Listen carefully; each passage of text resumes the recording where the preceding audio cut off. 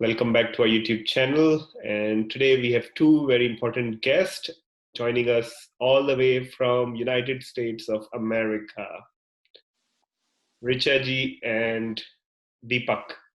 Please introduce yourself. Richa ji, I would like to start with you first. Hi, so yes, I'm glad to be here, Sushilji. Thanks for the welcome.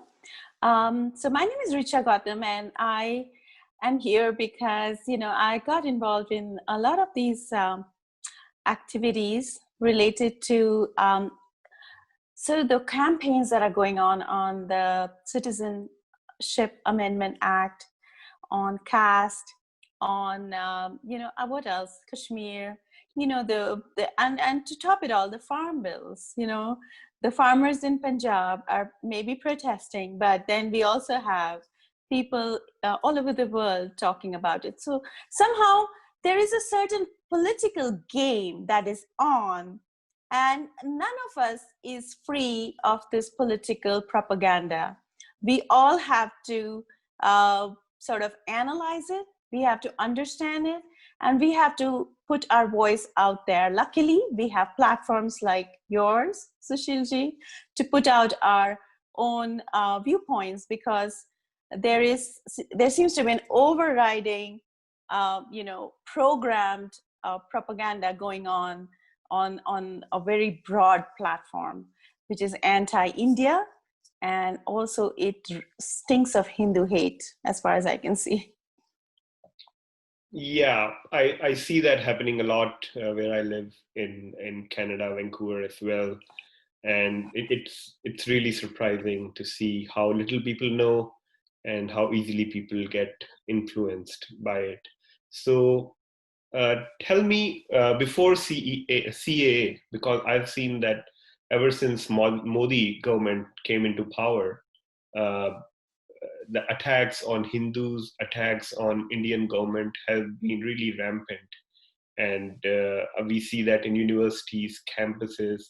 I see that, you are definitely not a student. How does it impact you and your family when you see lies being propagated? I understand that criticism is a very good sign of a healthy democracy, especially in America. We have freedom of speech. However, when there are lies and campaigns against one particular community, like they call it Hindu nationalism or Hindu superiority, how does it affect you, and why do you think people like us, Indians, Hindus, should fight for it in North America? Very good question. So first of all, I want to say that, for a long time, there was only a one-sided narrative that was going on through the media, through the academia. There were certain interests that had captured all of these channels of communication. And we used to sit and listen, isn't it? But now we have social media. So, we hear the subaltern voices. We are the subaltern voices too. We were the people who had a mute button on for so long. So it is not just Hindu nationalism that is being criticized. Think about Trump, Even in the US, we have this whole criticism going on about American nationalism on the rise, right? So who are these forces that are against nationalism? They're somehow against some sort of a patriotic, field. A friend of mine was saying that if you have a flag on the stars and stripes on your door, that means you're a Republican. I said, so what about the Democrats? Are they not, don't they feel the same sort of passion or patriotism for the country? So you're right. The way it affects all of us is that some sort of confusion, first of all, as to, why is patriotism and why is nationalism wrong, right? So that is one. And second of all, I think I will talk in more detail about the kind of things that are going on in terms of not just capturing the media and academia on a, say, college level, but even at school level. So we will go into that a little bit more detail, Sushilji. But I think that should suffice, I think, as a fact that we cannot stay silent. We cannot stay on the fence anymore. We cannot just go to our buffet parties or to the temple, pray, and then come back home and do our studies or, computer software, coding. We have a duty to put our voice out there. Okay, Richa ji. So, shall we continue in English or make it in Hindi? Oh, so do you have Hindi audience? Yes, most of So it. let's do 5 minutes of the school problem, 5-10 minutes. In English or Because Hindi? in English, and then do Hindi. Okay, great. We can mix and match as well, like few lines here and there. But it's okay. We'll just make it in English. Yeah. Okay. Yeah. The school issue has to reach the students too. Okay. Okay. So, I'll start because we'll edit it. This part which we are talking. Okay. Okay, 1, 2, 3, start. So this CAA protest and all this narrative against CAA, and we see right now, Richa ji, that the young youth, we are very much concerned about what's going on in the world. We have seen the hardships about climate change and about people who are, vulnerable, people who are voiceless, and this law CAA, it just gives the impression to young people that India is somehow a fascist government, and the Modi government is probably going to do something which Hitler did to Jews in 1940s. yes. How can we fight that? How can we talk to young minds about it? And what has been your experience so far? So yeah, thank you for this very sensitive and very, very problematic question, actually, because you're right. The narrative of the CAA is just it's not just in the political system, right? So we faced a lot of problem with the city council passing anti-CAA resolutions, which actually the city councils have no business doing, right? They better manage the crimes that are happening in their own cities, the unemployment, whatever is going on. But here we fought. So I want to say that also there was this Kashmir Resolution that happened before, which we were caught unawares. It went to the US Congress. We saw it live on television, and it was so shameful because we realized that, it was the Kashmiri Hindus that had to actually suffer a genocide and had to flee the country, the state of Kashmir. Whereas, and here in CA as well, it's the same sort of propaganda machine working, where these people are actually fleeing since a long time and coming to India and stateless, as you call them. They are stateless people with no support from even the Indian government could not support them without this law. So this law is such a humanitarian act, right? It was a humanitarian way of dealing with these people, allowing them to become citizens of the country of India and get, maybe land rights, ability to send their children to schools, all of that, be trust, if coming from hostile nations like Pakistan and Afghanistan, they were vetted and they were given fast track citizenships and allowed to settle down in India with some dignity. It's a law of humanitarian and dignity, humanitarian values and dignity, I would say. So to hear all of this was a shock in the political system when the city council started passing the anti-CAA resolutions. Obviously, the people of, like you said, the Muslims were not persecuted in Pakistan, Afghanistan, and Bangladesh. These minorities were, so they were supposed to come. But when we come to the United States, I think not just United States, in the North American region, if I look at Canada, also we've had some of these, new Westminster, it passed which is how, I was so impressed with the interview you did, because you actually were able to get to the root of the issue, that these people who are passing these resolutions anti-CA do not really know what the issue is at all, so that was the sad part. But now I want to go to the fact that the schools in the United States are being impacted. You know, the children are being made to write essays saying CAA is bad. They try to introduce CAA as a debate topic, you know, in the schools. And we also heard of, you know, them talking about Rohingya issues in schools. And also, if you know, Chicago Tribune recently published an article where Amina Ahmed was one of the girls who, you know, was highlighted as a student activist who's talking about CAA and how it's bad for India and all of that. And then we wrote to them multiple letters. We approached them with facts and, you know, the facts and fiction deck. And we actually found some honesty there they retracted their story. So And what were, if you can, pinpoint, what were the facts which were misplaced, or what were the lies which were being propagated? Oh, the very big lies, like, you know, saying that the Muslims will lose their citizenships in India, you know, and the fact that it is anti-Muslim is, of course, the Islamophobic element is always, you know, Amina Ahmed really talked a lot about that, and she influenced her teachers at school. And so we are working with the school right now, but the Chicago Tribune, I have to give credit to the editorial staff and the executives there. They listened to us. You know, they did not completely compromise on the integrity. They had the story, but they retracted all the elements of CA when they heard our side. So that, what I want to say here is that it's a story of hope.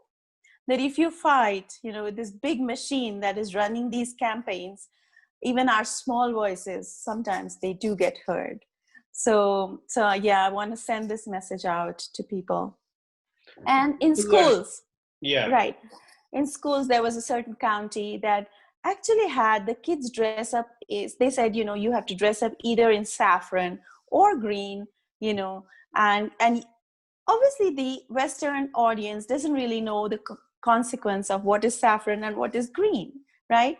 But the Islamic Students Organization asked the students to do that for a certain one of the days, and then some of our activists, they went and countered the propaganda that saffron, you know, these colors have some association to Hindus and Muslims, you know, the saffron being a Hindu flag color or green being the Muslim color. So it is a really, really divisive rhetoric that is being propagated. So what exactly, so what were they trying to achieve with that? So that is the whole point. What are they trying to achieve with this whole narrative either, right? But there is a certain political machinery that is sort of working overtime to create these sort of divisive narratives and divisive methods to create. So, you know, obviously the kids get confused, you know, so it's a really, really a wrong thing that's going on. And I'm so glad there were people there who stood up, and we really, you know, supported these kind of sort of you know, activism to make sure that, you know, our voices are heard. And of course that was pulled out. So as soon as the principal and the officials realized what it really meant, they stopped it. But what I'm trying to say is that we are building this and you know, platforms like yours are very useful that way. We are building awareness among our community to tell them that, look, the small ways of seeping into our schools, into our campuses, is going to create a big problem eventually for our children. Because today it's one thing, tomorrow it's another.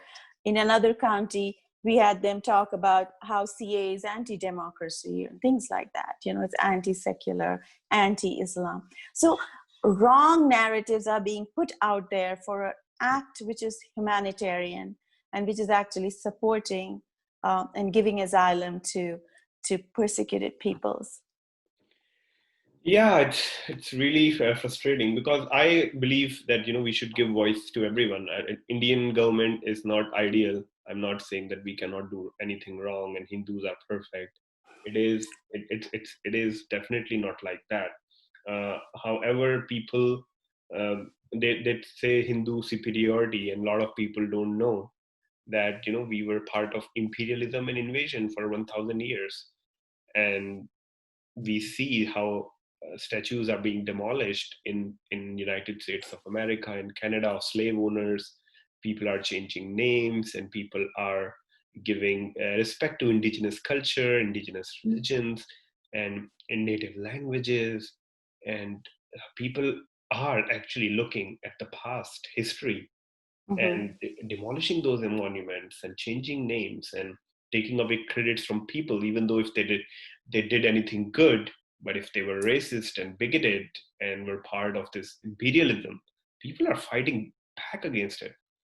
However, when it comes to India, changing the name of the cities, like Allahabad became Prayagraj, or demolishing Babri Masjid because there were overwhelming evidences that it was by archaeological surveys that there was a temple over there.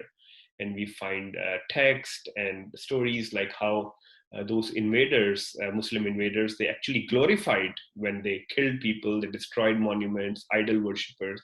So why people don't celebrate when it's happening in India, when Indian indigenous people are fighting against their imperialist villains and invaders, and when they are changing the history which was wrongly done to the native population? Why this hypocrisy? And do you see this happening in US? So this is a very, very important question, because you are right. That wherever there were slave owners, you know, um, there has been at least a clarity now that, okay, no one was completely, black or white. And, there was this whole racism that was ongoing, and it was part of, it was, endemic to the uh, to maybe the southern some of the leaders who led maybe the Confederacy or whatever. So yes, there has been a backlash. There has been a backlash here, and it has been sort of taken in the stride. And people have allowed that monument to come down because they realize that it hurts the sentiments of certain parts and certain peoples of the country. So in India, on the other hand, you have to realize that the colonization was complete. Here in the US, it was a short-term thing for, it wasn't as long, like you said, 1,000 years. Actually, it was, if you count the, Islamic invasions and the British invasions, it was probably like around 1,400 years of enslavement. And when the Congress government came, it was sort of a transfer of power, as they call it, right? So constitutionally, there are certain articles that push down the Hindu narrative, right? We are not allowed to have our own schools and things like that. So that, and the fact that the media everywhere, the leftist, socialist, in the media and academia, that narrative had been completely taken over for a long time. And for the first time, I always say, if Trump came to the United States, if Modi came to India, and also, other parts of the world where a certain nationalistic governments in Europe have taken roots, it has happened mainly because social media has brought a second narrative or a counter narrative to the fore. And people have suddenly realized, wait, this is where I am from. This is who I am.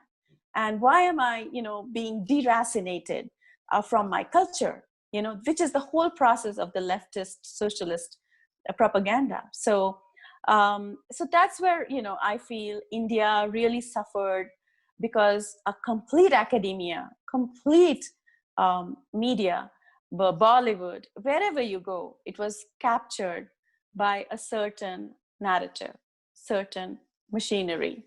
And now the countering is going to be hard, but it's happening slowly and steadily.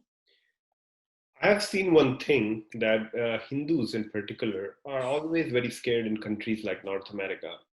Most of the Hindus, Indians, they have good jobs, they're well educated people, and definitely don't want to create any trouble. most of them are on their pathway to citizenship, or Yes. getting a PR card, getting a green card, and they don't want to protest, they don't want to talk to anyone, and they're really scared of these well organized organizations like Islamic Students Union, or CARE, or Muslim Brotherhood, or even some Khalistani organizations we have in Canada. And they are really, really scared to speak up, to post any comment, to even to join a protest for Hindus, or maybe against Chinese Communist Party, which we know is an evil communist party, which is you know causing so much damage and pain and suffering to people like Muslim Uyghurs and people of Hong Kong, and the threat to Taiwan. So Hindus are always scared to speak up for issues in a country like United States of America or Canada.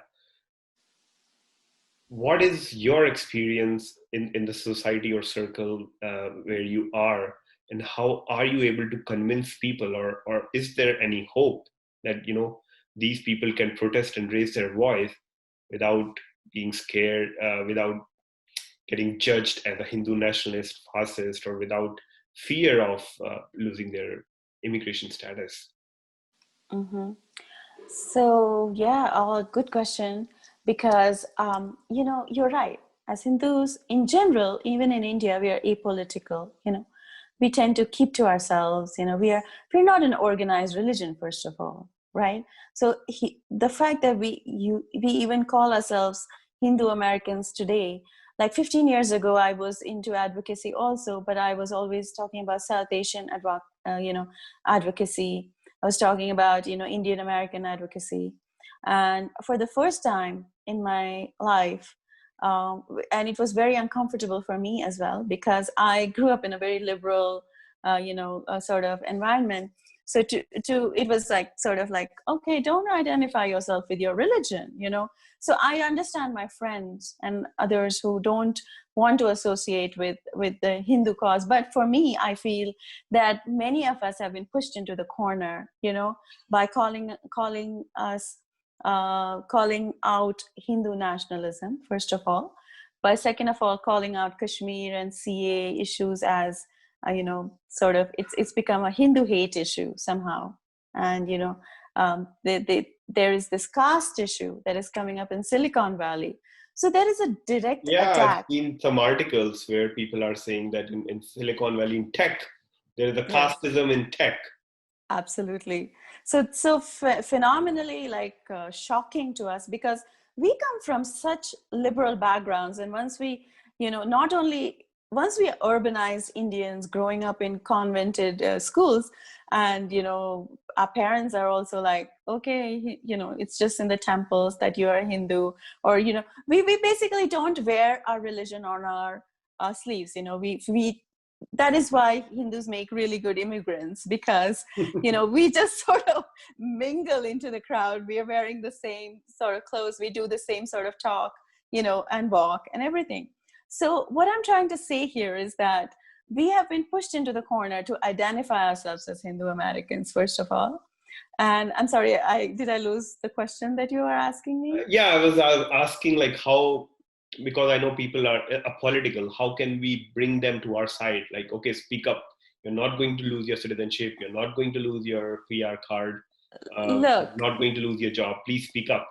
absolutely. Look, I tell you, if they get into the schools with these kind of narratives, if our children start to come home and tell, Mommy, I was bullied because I'm a Hindu, and because, they are calling out CA as an anti, it's calling out the anti-India, anti-Hindu, and calling CA and Kashmir and all of these issues, which is happening on campus. Then there are two things that can happen. Either your kids are going to start talking in that language, which is also happening, right? Which they're completely deracinated. They buckle under the peer pressure, and they start to talk the same language as this propaganda machinery. So that is one way. The second way is that the parents, because they know what's actual the right thing, they will counter it, and they will come to the schools, because one thing about Hindu moms is that they're tiger moms, in some ways. So they are not going to sit silent if their child is being systemically bullied. Like, it's a systemic bullying, right? When your school is asking you to write an essay or debate. I mean, from Kohana's side, I want to say that, there's, I want to give a shout out to Sudha Jagannathanji, who works with me. And she actually helped to, we worked together to stop the debate, propaganda that was going on, to start a CA debate. And in another county we worked on, where they were going to write an essay. We are still working on it.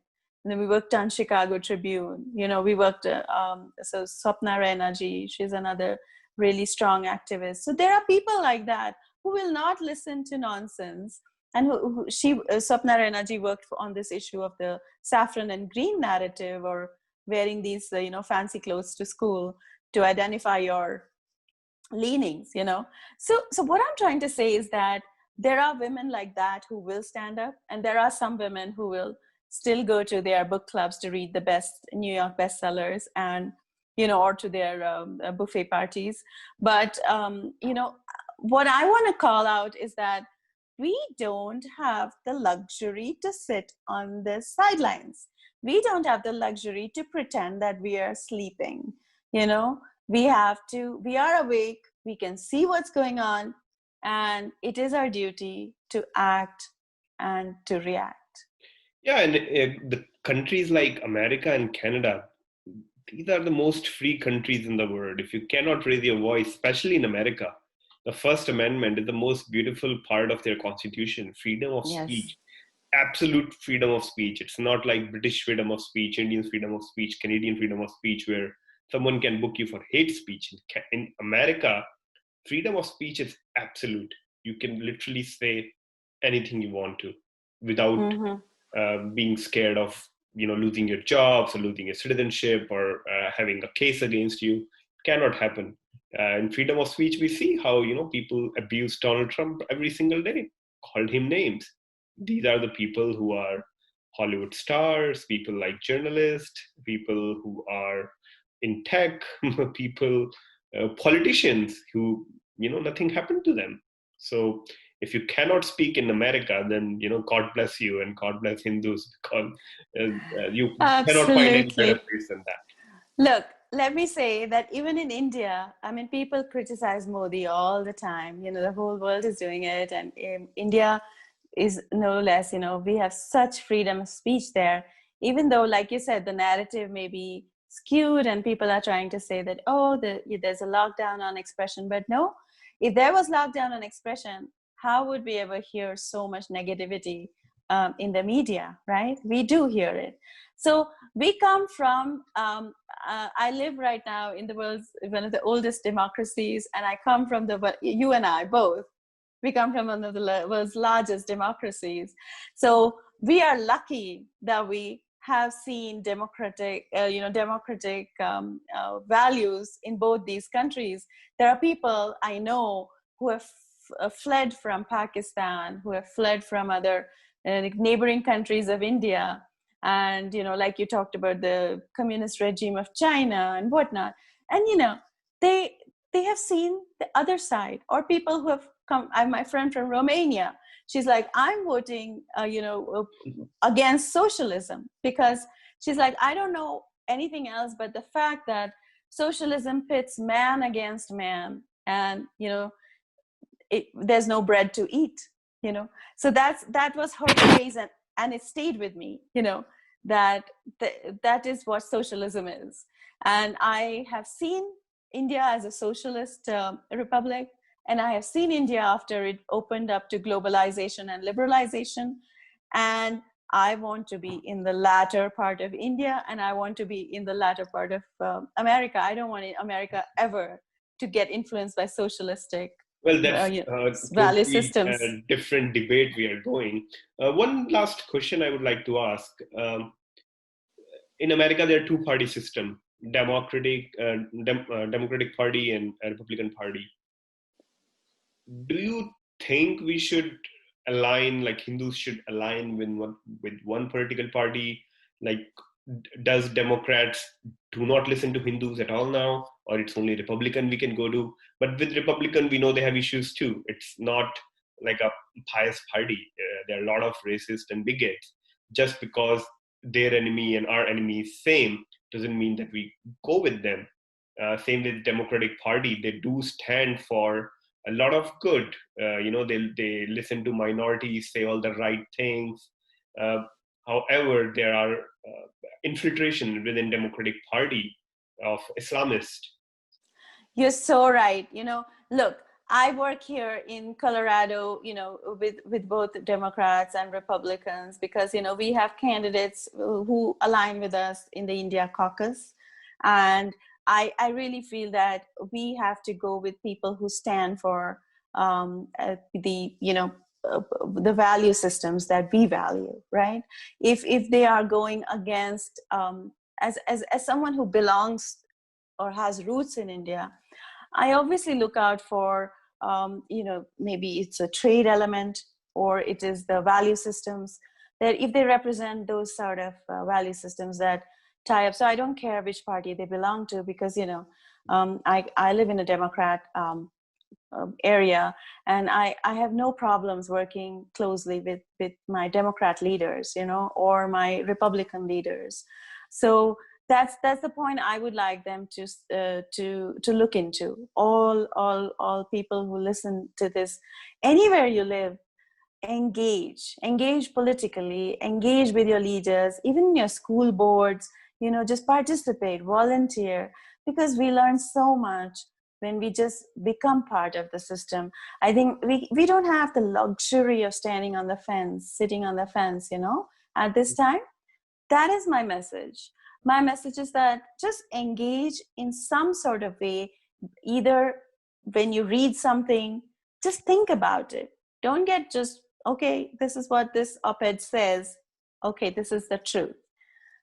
Read a counter narrative, find out something, and go on the ground, work with people. So Afghanistan, I just want to say, two things.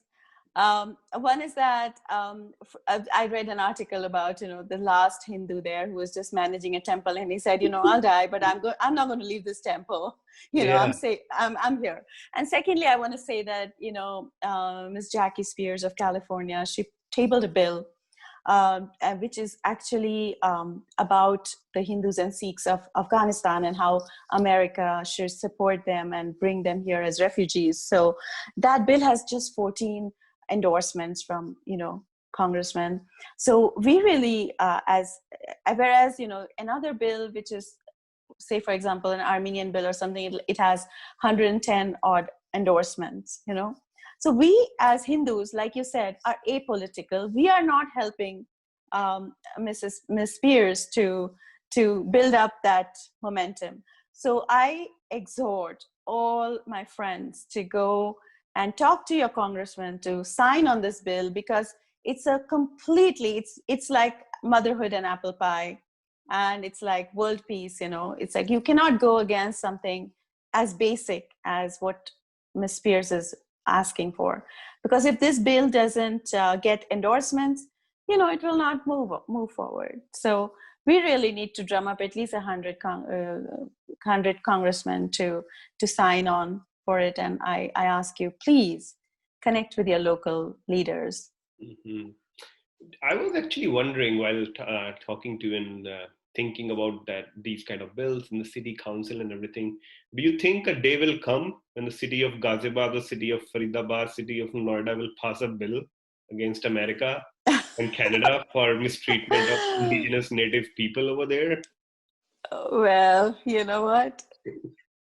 I doubt it. I think How weird it would be, like, right? You are already laughing. Like, I'm city speechless. of Faridabad, MLA councillor passing a motion, like, Indian government, please take a stand against United States of America, against country Canada. It is so stupid and hilarious. And we are looking at it every day. I think just because people like us live here, it is an attack.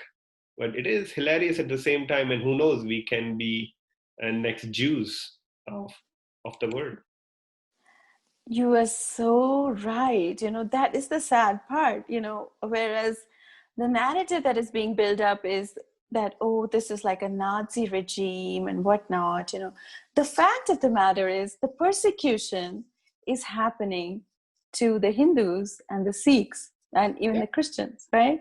And they are the ones who are And they fleeing. included everyone. They actually excluded Hindus of Sri Lanka too in that bill, but nobody talks about it. Nobody talks about it. You know why? Because Sri Lanka is peaceful now. It's peaceful now. So that's an interesting point you bring up.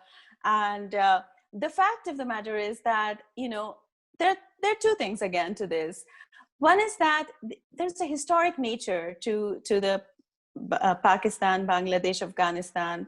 They were earlier indigenous part of the greater India, so there are these indigenous populations that have a right to come to India through a legal process. And that there was actually Nehru Liaquat Pact in 1951, which they signed, and you nailed it. And India took care of its minorities, whereas the Pakistani governments did not take care of their minorities. So because of that, they are entitled to come here. So that is why the CAA stops at these three countries, of Afghanistan, Pakistan, and Bangladesh. Afghanistan also has its own trickle of population coming to India for a long time now. Yeah.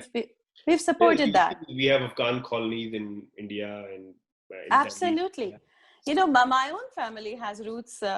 You used to have orchards in Afghanistan, and after the 1985 and when slowly the dry fruits stopped coming, and then slowly it was like, okay, the orchards are no longer yours.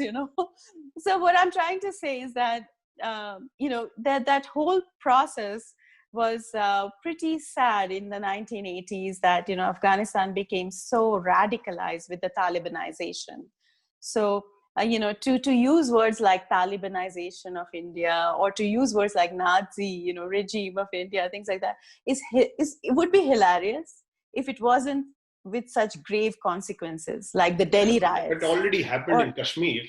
Kashmir. It's just because of we have army over there. Otherwise, population, it's totally against Hindus and idol worshipper, kafirs, and it is actually Islamic Republic of Kashmir. Well, yeah, there are a couple of districts there which had that radicalization. But, the fact of the matter is, because of the regimes of, a couple of those oligarchs, I call them oligarchs, the Abdullahs and the Muftis, and because of those regimes, there was some sort of a support system that was going on. And I'm so glad that with the 370 removal, also the Union Territory was established, so that way there's a lot more government control. And, there were no panchayat elections in Kashmir before that. So now you have the panchayat. So grassroots democracy was missing in Kashmir. So if you see, after the abrogation of 370, it's been over a year, and we've not had incidents of stone pelting. We've not had, and I talked to reporters on the ground in Kashmir, and there's normalcy. There's the schools are running. I mean, COVID, of course, put a spanner in the works. But a lot of the mechanisms have supported the development of Kashmir. If you see, we did a conference in Kashmir with Kohna, Coalition of Hindus of North America, did a conference, and we put out a lot of these facts. We should have another call about that. It's a long story. Sure. Yeah. So this was our first call together. Thank you so much. Mm-hmm. And thank you for working with Deepak. And, I didn't know that, you had a part to play in that song. So thank you. Thank you so much. Yes. When you play the song, you will, I sort of directed a part of it, because pretty much most of it, the whole story. And I have to thank Dr. Omendra Ratnu, because he's the one who started the whole idea of putting music to the whole process, because to reach out to the youth and to people, music tugs at the heart of everybody. And those visuals, when you see the song, you will see that it's just heartbreaking. You don't have to talk about anything. CA is humanitarian. CA helps persecuted peoples. It's obvious in that music, in that song. There are real WhatsApp videos or, real Yeah, videos of every people. single day, every second day, we see an We incident like that see. happening, and it's always a girl who is changing her religion and marrying someone.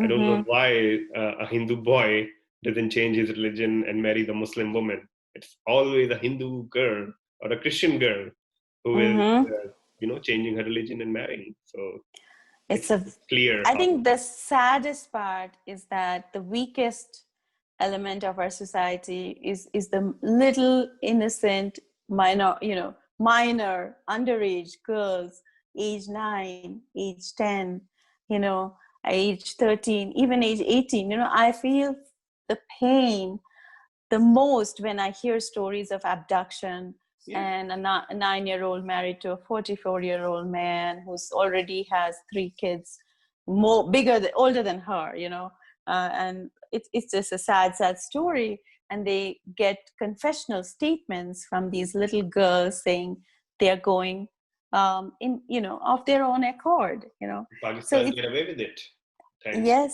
organizations and everywhere in countries. Absolutely. So the second class treatment is they work as bonded laborers. There's a lot of issues, but then Yeah, we the can go on and on about it, but yeah, we I don't think this CAA thing will stop. I just a couple of days ago, I saw a hit piece article written in Toronto Star by a Canadian journalist about how Canada should think twice before thinking of India as an ally because both are democracies. So she basically has written how India is becoming a fascist, nationalist place, and how bad it is, and how badly we treat minorities and Islamophobia and all that. So lot of misinformation, a lot of propaganda going on, and I see these people as a part of one group because we see them share each other's platform whenever there is a debate or a bill is being passed in the city. You see the same faces, same names, and they quote each other, and there's no one to question them, and they yes. get a free pass, and then Hmm. they set the narrative. You're so right. You're so right. They quote each other and make it sound as if it's a narrative, whereas it's all a planted They propaganda. research by talking Right. to each other. And to me the final, it's like the final proof of the pudding is the fact that the farm bill is being discussed in Canada, is being discussed in UK, is being discussed here.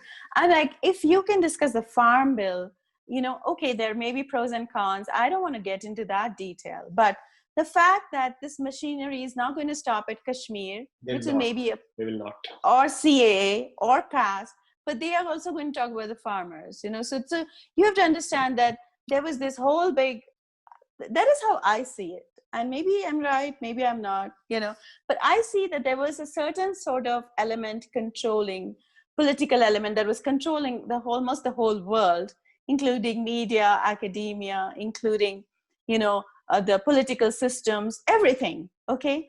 And then now suddenly this whole rise of democracy due to the social media, people being aware and campaigns becoming free of some of that, just media narratives, there is a rise of which nationalism, how did it become a bad word, is what I want to know, first of all. And that if they're discussing farm bills, that means this is a political agenda. Yes, they have Anyone. machinery. They are definitely they'll have to do something or the other every second day. We'll talk about Yes. it later. Thank you so much, Richa ji, for giving me your time. Thank you. It was such a And we shall pleasure. talk about what's going on in North America and among Indian diaspora next week again. Sure. Awesome. Great. Okay. Thank you, Sushil Bye. ji. It was a pleasure. Yeah, same here. Bye. Mhm.